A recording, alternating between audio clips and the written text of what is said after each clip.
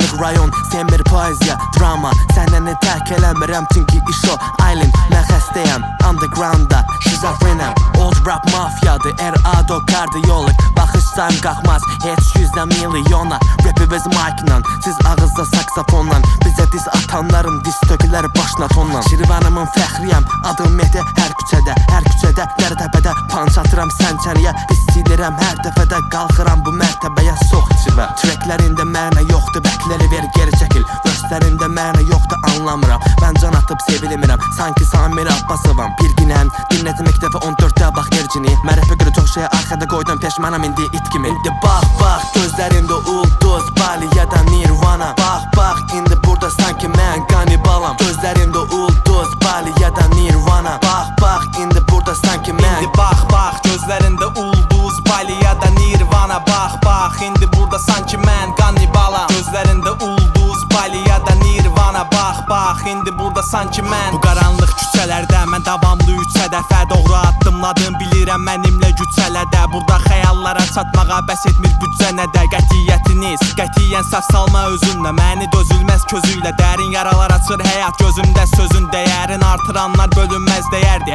Özümə inamım olmasaydı döyünməzdi qəlbim. Boş xarakterləri lazım deyil böyütmək. Digər ki böyütdüm yaşadıqlarım gələcək öyütlər. Digər bir pəncərədən baxanda lazım deyil öyünmək mənə.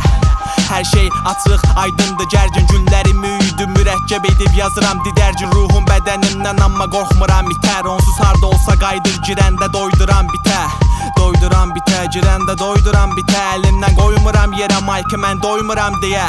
Ehtiyatlı ol biraz, boy bura bitər. Olmuş insanların yuvasıdır, mən polnura bitəni. Qırıb gedə bilərəm həyat ağlımı donduran günə qədər. Savaşacam bədənim bu cıra kodlanıb deyə.